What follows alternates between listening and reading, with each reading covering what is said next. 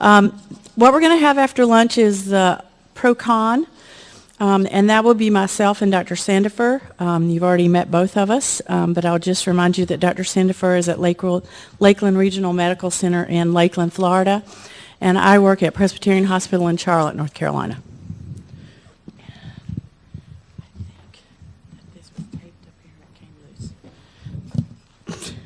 I don't know if that's going to stay or not. It looks like they had tape.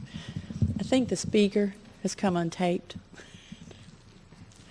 Duct tapes? Yeah, duct taped. It's probably not pulling on it. See if you can get it back.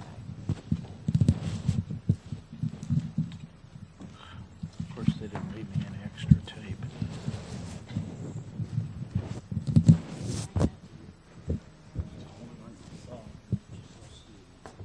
Okay.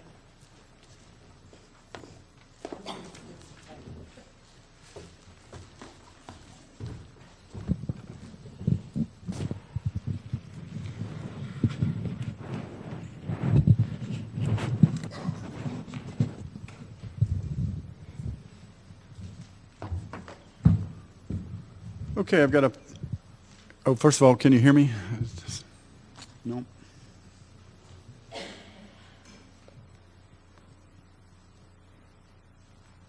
Hello, hello? Okay. Still not? Any better? Okay. The first comment is I'd like to recommend to Paragon maybe considering implementing a lean flow diagram before next year's conference to place the lunch location. So. The second thing is that I want to make sure we're clear on the topic of this. I'm kind of being set up by Bill Brock for this, and this is not a ProCon on multidisciplinary rounds. I'm know enough not to commit professional suicide. So, but it is a ProCon on the physician involvement with multidisciplinary rounds. That's a setup enough. Certainly we're all aware of the Institute of Medicine's recommendations that our systems lean toward a patient-centered model of care and look at safety and efficiency, and there are numerous publications showing that multidisciplinary rounds positively affect these issues. Communication failure and lack of collaboration are universally cited as the two most frequent problems for patient safety in the ICU, and again, published studies show that this is positively addressed by multidisciplinary rounds.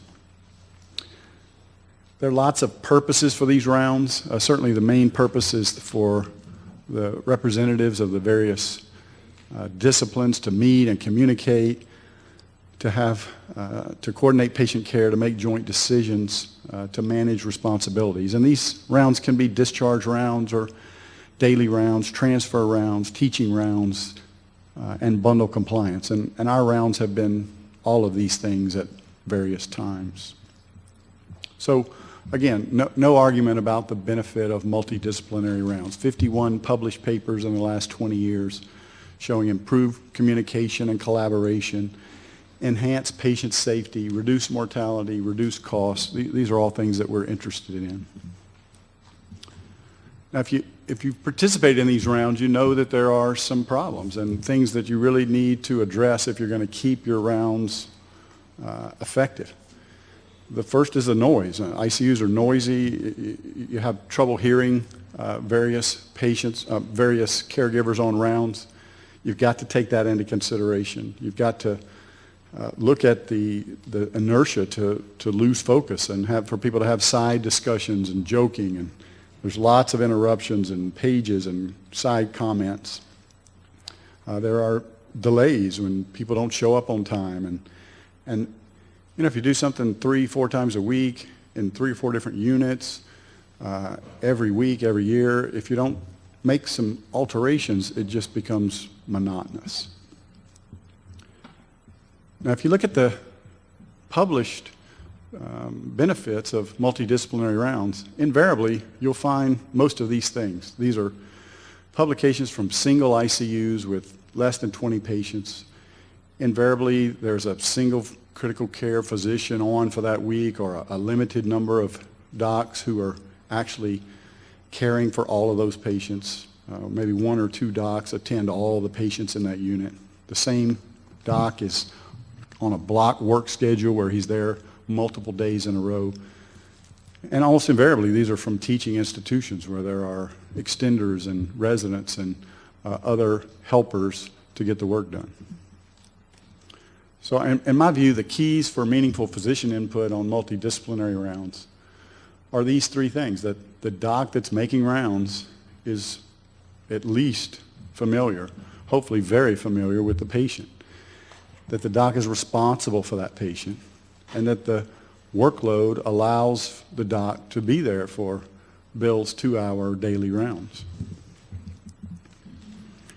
And I'm here to offer a little reality check, and from a private practitioner standpoint, I don't have 2 hours at 9 a.m. to make walk rounds in 4 different units.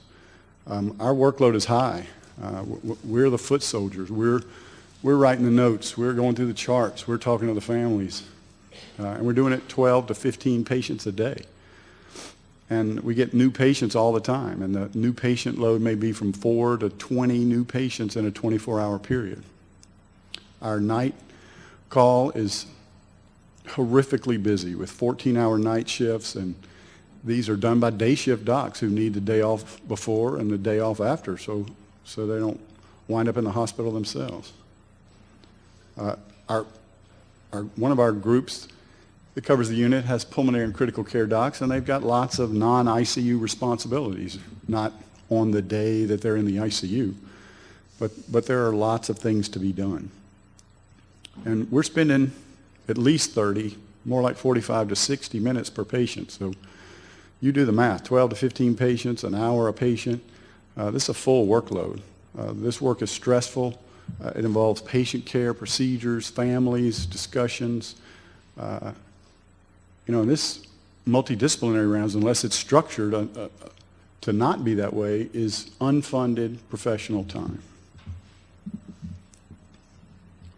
So one way to make it more doable is to have a block work schedule for the docs, but we found that to be terrifically difficult. The pros are that the same doc sees the same ICU patients 5 to 7 days in a row. The nurses have a predictable doc. They know who's going to see that patient each day. The family sees the same face every day. Those are all good things. But the cons are, in some ways, the same thing. I mean, we found it very helpful for a second set of intensivist eyes to go over a case from start to finish on day 3 or day 10, and not have somebody just make the assumptions day after day.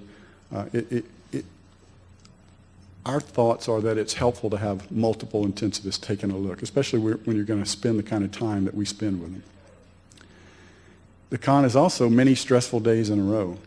These shifts, you're worn out when the shift is over. You try to do 5 or 7 of those in a row and do that 2-3 times a month, year after year.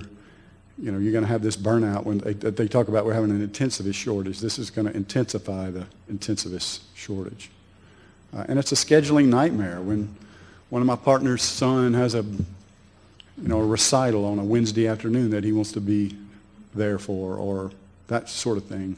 You just are going to have a hard time maintaining these 5 and 7 day rotations when people are trying to have a life and do things outside of the hospital. Now the caveat is if you're going to have docs on different schedules on different days, you really have to have a very coordinated, effective checkout mechanism, and we do.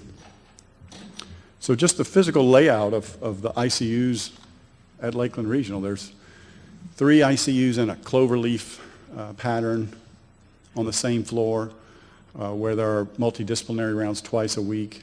There's a 4th ICU a floor up, twice a week multidisciplinary rounds. So we're looking at 8 rounds, say an hour per set.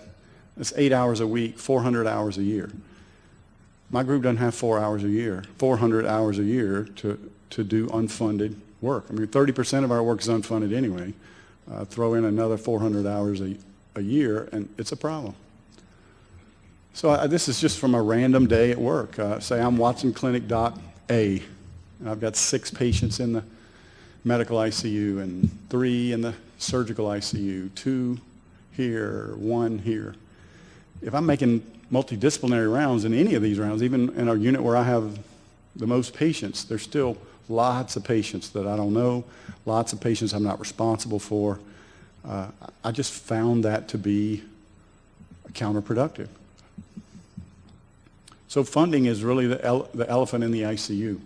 I mean, I started these rounds in 2001. I went on the rounds for a couple of 3 years and trying to get people involved with the process and learning how to do it. But there came a point where my involvement and my input was relatively limited, and the negative outweighed the positive from a private practice standpoint. So funding is the main issue. It's also time away from ICU rounds and procedures. These rounds delay the learning about new patients and existing patients, and they're not efficient use of our time. They occur at the busiest time of the day in the mid-morning. So the history of our rounds, we've been doing them for 9 years. We initially focused on bundle compliance. The ICU nurses initially kind of presented each patient, and we kind of found that was stressful for some of them. They wanted to participate, but they were, being asked to present a patient that maybe they've just taken on at 7 a.m., 7:30. Now it's 9 o'clock, and they've got to present a 22-day hospital stay to a group of 14 people that want to know all about this patient. So we kind of evolved, and the point wasn't to stress the nurses out, it was to help them. So it has become a focus on assisting the patient and the nurse and not on having a big presentation. Each discipline has become comfortable with their role over time. The major help is the presence of full-time ICU PharmDs that make rounds, and they see patients individually before and after rounds, and they provide excellent input because they have a block work schedule, and they're there in the same unit day after day. And we have very active unit nurse managers and nurse educators. So our current focus on our rounds is to define the core needs of the patient for that day, and assign the duties of the various disciplines to help meet those patient and nurse needs. We try to look for upcoming and future needs and communicate with the various departments and social work and those sorts of things. The basic premise is what can this group of rounders do to help the patient and the nurse today? And when you look at the checklist that we've used for addressing things on rounds, vent bundle or any of the bundles that we're looking for, appropriate pain and sedation, antibiotics, de-escalating antibiotics, respiratory therapy, nutrition, medicine, medication interactions, anticoagulation, pastoral care, all these things that are addressed on our checklist, how many of those things really need the doc? And the real answer is none of them. These things happen automatically by these people that are making the rounds. So how does it work for us when the doc is not there? Well, I think the situation is what allows it to happen. We've had critical care docs in the ICUs 24/7 for 15 years. We're in communication with the nurses and these people all day, throughout the day. We don't make rounds and head to the office. We don't make morning rounds and then have other teaching responsibilities. We have an effective team. We have highly effective ICU pharmacists. They are looking at each patient each day on medication dosing changes and based on renal function or weight changes. They're excellent at reviewing culture data and prompting us for antibiotic de-escalation, things that we were truly responsible for before. They are taking on these responsibilities and doing them very well. They're excellent with pain and sedation and anticoagulation issues. Our nurse managers and nurse educators are very involved. They're making rounds on their own, looking for glucose control and gathering data for our monthly glucose control numbers and assisting with the SAT, SBT process. And we have portable phones, and we're there all the time. And nurses call us all the time, and dietitians, and everybody calls us. Everybody's very comfortable with us. If they find something on rounds that needs the physician's attention, then they call us, and we show up. But we don't need to be there for all 18 patients 8 times a week. And the bottom line is that the caregivers have evolved into knowing their roles and doing their roles effectively without us. So all the other disciplines are present. I think it really empowers the team to act on its own. It's not the big doc boss fiefdom and the rest of the players that are kind of afraid to say what they want to say, maybe because the doc's there. They're the team that makes the rounds, and they are on their own, and they do a good job of it. And I think it reinforces the team concept of ICU care. We're notified if there are issues, and we're there, and we show up. And we can focus on doing the things that we're there to do, to learn our patients and reevaluate what's going on with a patient on day 6 or day 7 who's still on the ventilator. Having family conferences in a timely fashion during the morning hours when they're there anxious to hear from us. And hearing from a doc who's just spent 40 minutes going over the chart and knows all aspects of their care, not hearing from a doc who is getting a 2-minute nurse report that doesn't contain a lot of the details that we need to know to even talk to the families. And the bottom line is that our ICU successes have occurred in this environment, so it can't be all bad. So the bottom line for me is that multidisciplinary rounds are an effective way to bring the ICU team members together to the bedside. It helps to identify the needs within each discipline. It improves the ICU team building and communication. It improves patient safety and efficiency. And ideally, yes, the doc would be present. But multidisciplinary rounds can be effective without the doc under circumstances like I've talked about. And the bottom line is if the hospital wants us there, they need to pay us to be there. There's a limit to my benevolence, I guess. Okay.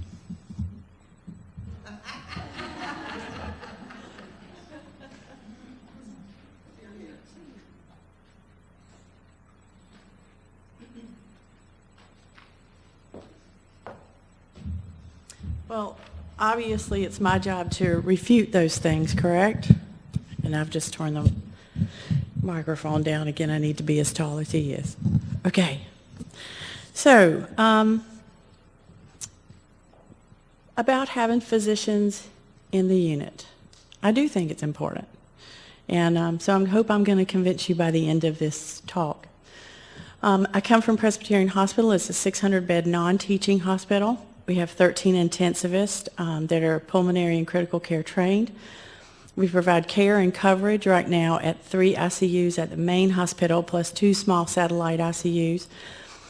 All of our patients require intensivist oversight. In other words, you are either the intensivist patient or you are consulted. There are no patients in our ICU that belong to anyone else. And that's new as of this year. And we currently have 15 nurse-driven protocols, which means the nurse drives electrolytes, SUP, DVT. She has a bundle of protocols that she uses upon admission, and so it's pretty fits pretty well for about 85% of our patients, and there are those patients who go off the protocol, so we end up having to interact with the physician a little more, but otherwise we work within our parameters.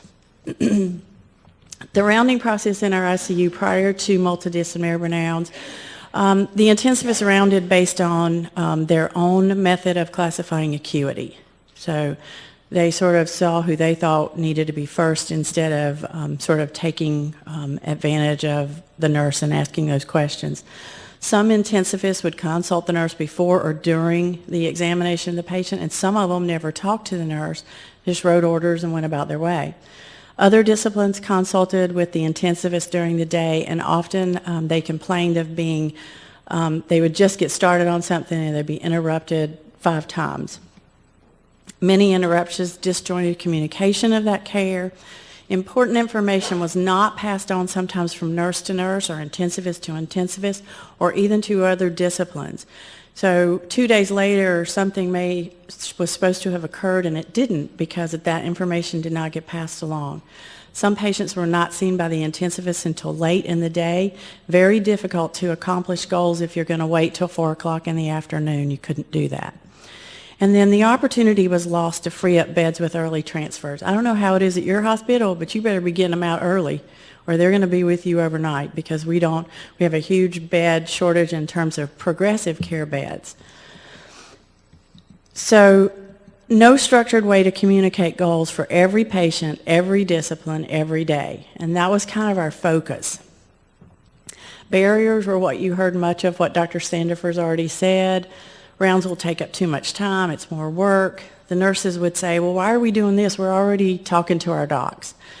How can the intensivist bill for rounding time? That too is a question that has come up. You know, this is non-productive time for us.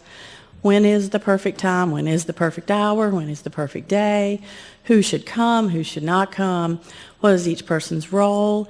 And then the issue of HIPAA. If you're going to do it out in the middle of the unit with families, you have to be aware of that. And sometimes, you know, we do have families there and we either ask them to step in the room and we shut the door or we ask them to leave the unit, but we don't make them leave. We say, you just can't stand out here and listen to this. So it's not about you and it's not about me. This was a quote that I found that said, uncoordinated rounds in silos by each healthcare provider are inefficient and create multiple opportunities for error because of the disjointedness and the complete lack of communication. So it's really all about the patient. And I think one day, and when we had first started doing rounds, one of our intensivists said, well, I can't do that because I have to do this and I have to do this, and gave me this whole list of things that he had to do. And, you know, it just came out of me. The devil was there. And I said, you know, it's not about you. It's about the patient. And he stopped and he said, you know what, you're right. And we did rounds, and from that day forward, it was just like it was so different. So how do you do it?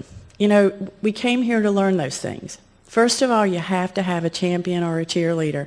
There has to be somebody there every day pushing it, forcing it, whatever has to happen. Who makes the decision of who are the right people to attend? You have to define the roles and the expectations. You set a specific time. Ours is 10 o'clock. You start and end on time. You agree to limit discussions. So if we get into a discussion that really doesn't belong in rounds, we say, okay, this needs to be offline. These people will talk about it and they'll come to a conclusion. So our cast of characters arrive. Now, they don't really look like this. They look like this. And they come at 10 o'clock. We start at 10 o'clock. If you're not there at 10, it is assumed you are coming. If you're not there by 10 after, I will usually be calling you because they are very good. The other disciplines are very good about calling the unit to say, I'm not going to be able to make rounds today. Please let me know what I missed. We are also fortunate to have a PharmD that is fabulous, that follows up on the patients before she shows up to rounds. She already has her list of questions. She already has her stuff, and most of the time is already taking care of those things. And the other thing that I found that's really beneficial, and now we have other nurses who are also joining into rounds because they want to hear the teaching points.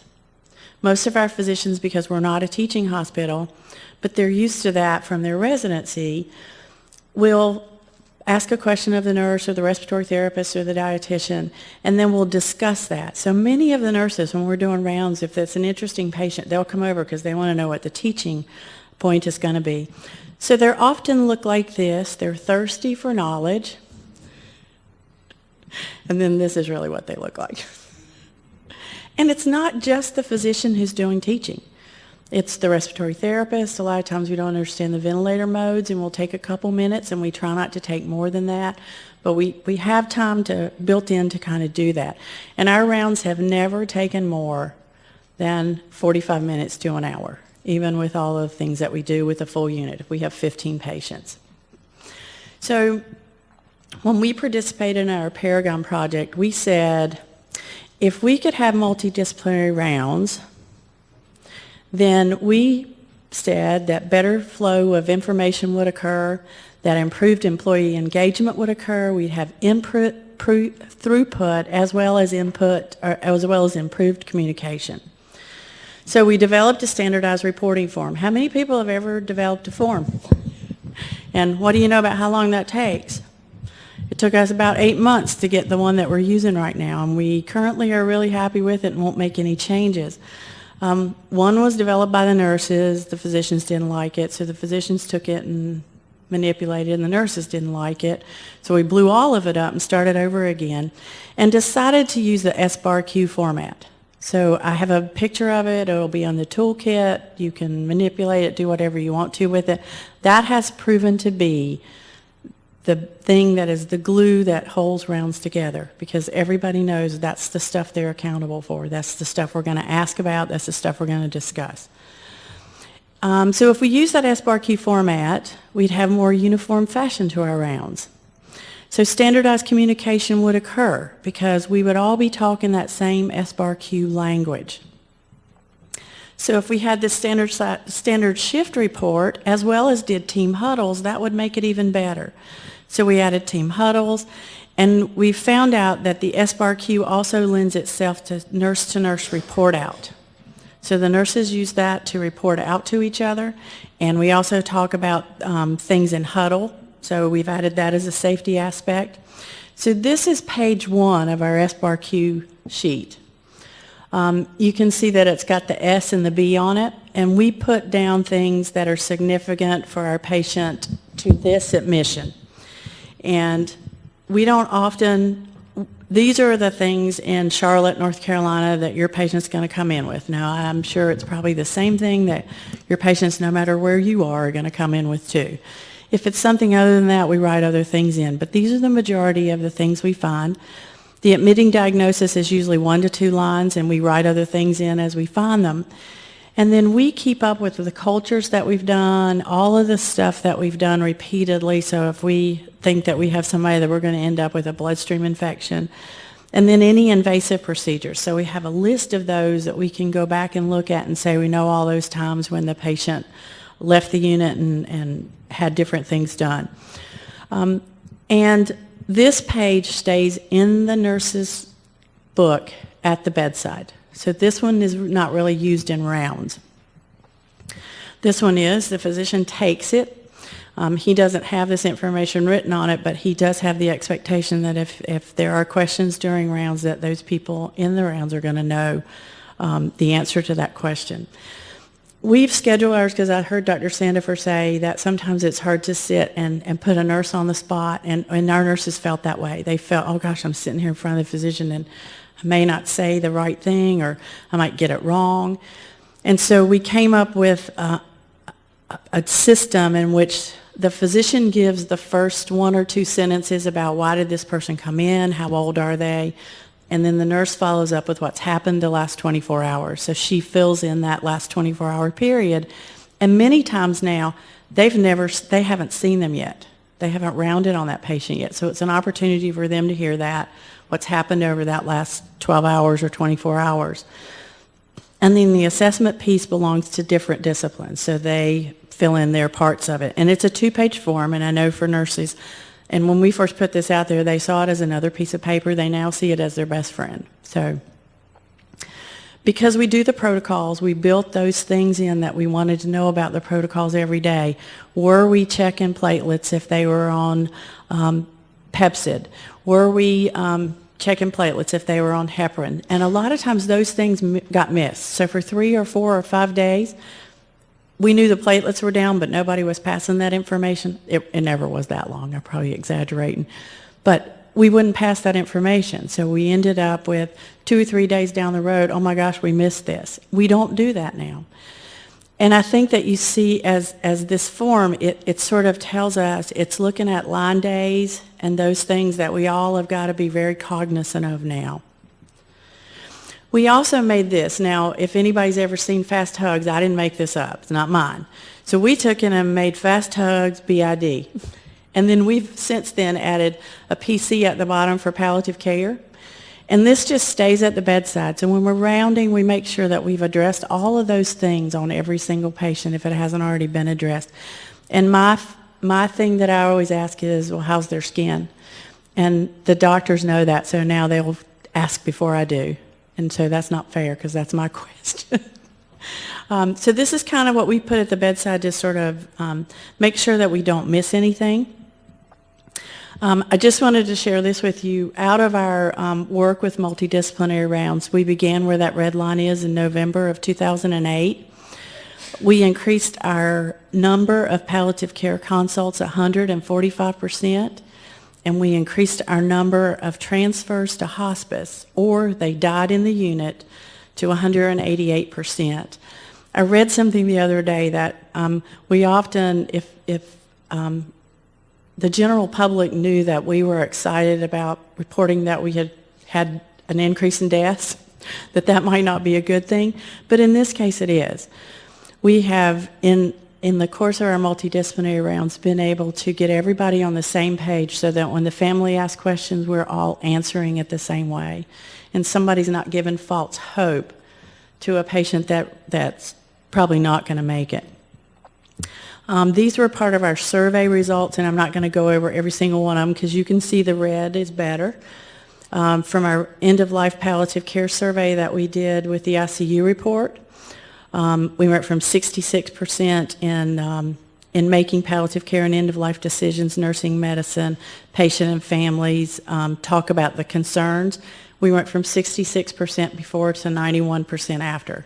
So you can see that the rounds made the difference. It wasn't anything else that we had done.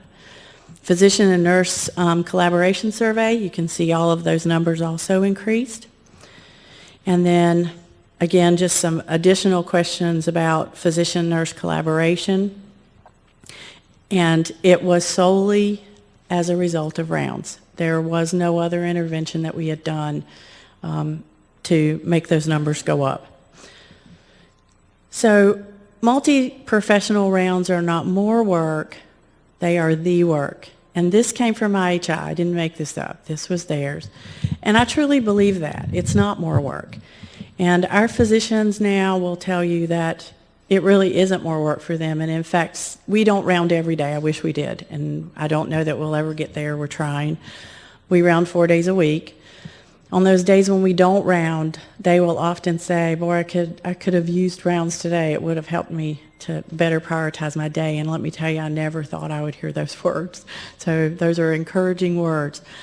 Increased palliative care consults we've already talked about. Increased family participation in those rounds. We didn't start out saying we were going to include families, but we sort of just asked them to join us. If they were in the unit and they were in the room, we said, do you want to listen while we're doing this? And many families, because that gets passed around in the waiting room, and so they would tell other families now at 10 o'clock, they do this thing where all these people come outside the room, and if you want to get to talk to everybody, that's the time to do it. Out of rounds, we have developed 2 nursing protocols that will go live this month, mobility and withdrawal of care. That will be nurse-driven protocols. We've added a new role because we realized that we needed that. We added a patient family navigator that's right now a 24-hour job, 24 hours a week, and we could probably use 3 of those. So we will probably in the future make that a full-time job, and her job is to make sure that connection happens between the family and the rest of the team. We do redundancy, and I call it redundancy because our nurses have to report off about healthcare-acquired infections. So this is a redundant way to follow that. They know we're going to ask the question, how long has that line been in? What does it look like? Have the WBCs gone up? Do they have a fever? And it's keyed our nurses into, they will come to the physician earlier and say, I think we better look at this line. Might need to come out. It's been in 8 days, and WBC's bumped today. Site looks okay. And so I hope that we're catching those things earlier. We've not had a bloodstream infection in about 300 and some days, and our last one, and the last 2 or 3 that we've had have all been PICC lines. Increased collaboration and appreciation for other disciplines and their roles. There is truly a collaborative mix of information now that occurs in our ICU that did not occur prior to this. They didn't even know who the dietitian was most of the time, or they didn't know that you could go to the PharmD and she would help you with things. And I will tell you that it's an ongoing process that requires daily practice, much like being in a play. You got to practice every day, and you got to fix the things that don't work. And when new staff come on board, we have to train them. We now have a new physician that we're going to be training to do rounds with us. He did rounds in residency, but he's never done them with us.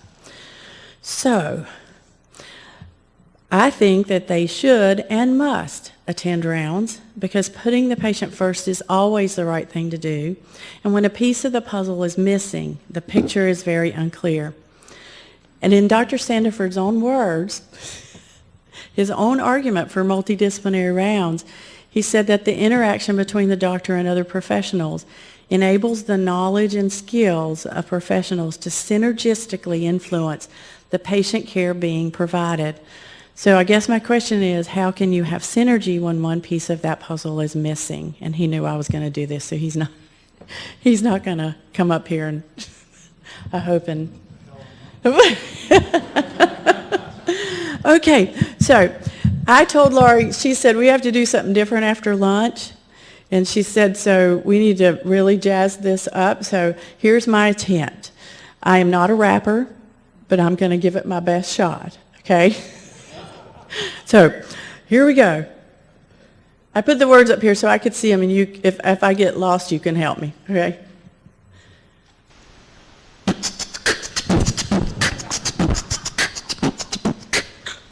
I have to get into the rhythm, okay?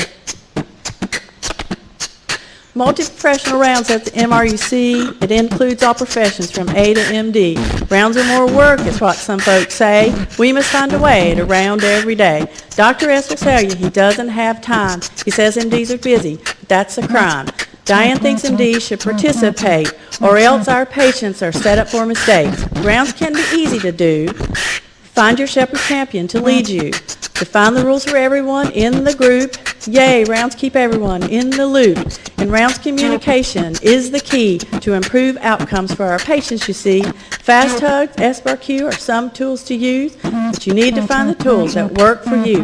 So I ask you fine people what your decision will be.